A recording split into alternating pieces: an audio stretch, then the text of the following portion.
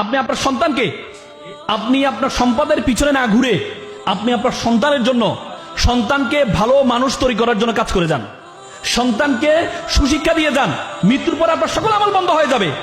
আপনার আমল থাকবে, আপনি যে একটা সুসন্তান রেখে যাবেন, এই সুসন্তান যত আমল করবে সে আমলের একটা অংশ আপনার আমল নামে আসবে। আর আপনার যে সন্তান আপনি রেখে যাচ্ছেন, এই সন্তান যত গুনাহ করবে এই গুনার একটা দায়ভার আপনাকে নিতে হবে। আল্লাহ তাআলা কোরআনে বলেছে, ইকরা পড়ো, রব্বিকাল্লাযী খলক, যিনি তোমাকে সৃষ্টি করেছেন, খলাকাল ইনসানা মিন আলাক, যিনি তোমাকে জমাট বাঁধা রক্ত থেকে সৃষ্টি করেছেন। তার মানে আল্লাহ তাআলা এখানে জীববিজ্ঞান শিখিয়েছেন। আল্লাহ তাআলা বলেছে প্রথম তোমার যে নলেজ হবে এটা হবে কোরআনিক নলেজ। প্রথম যে তোমার নলেজ হবে সেটা হবে কোরআনিক নলেজ। দ্বিতীয় যে নলেজ হবে সেটা হবে তোমার জাগতিক নলেজ। এই জন্য আপনার সন্তানকে জাগতিক নলেজ দেখবেন। আজকে বাংলাদেশের স্কলাররা সবচেয়ে বেশি জনপ্রিয় স্কলার কারা? যাদের কোরআনিক নলেজ আছে পাশাপাশি জাগতিক নলেজ আছে, যারা আরবিতেও সুন্দর জানে আবার ইংরেজিও সুন্দর জানে।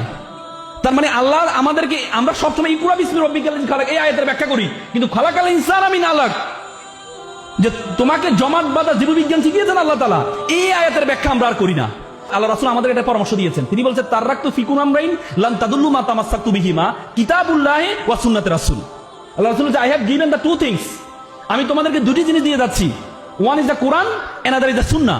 If you follow the both things you won't lose your way, তুমি কখনো তোমার পথ হারাবা না। দুটি, একটু হচ্ছে কোরআন আর একটা হাদিস।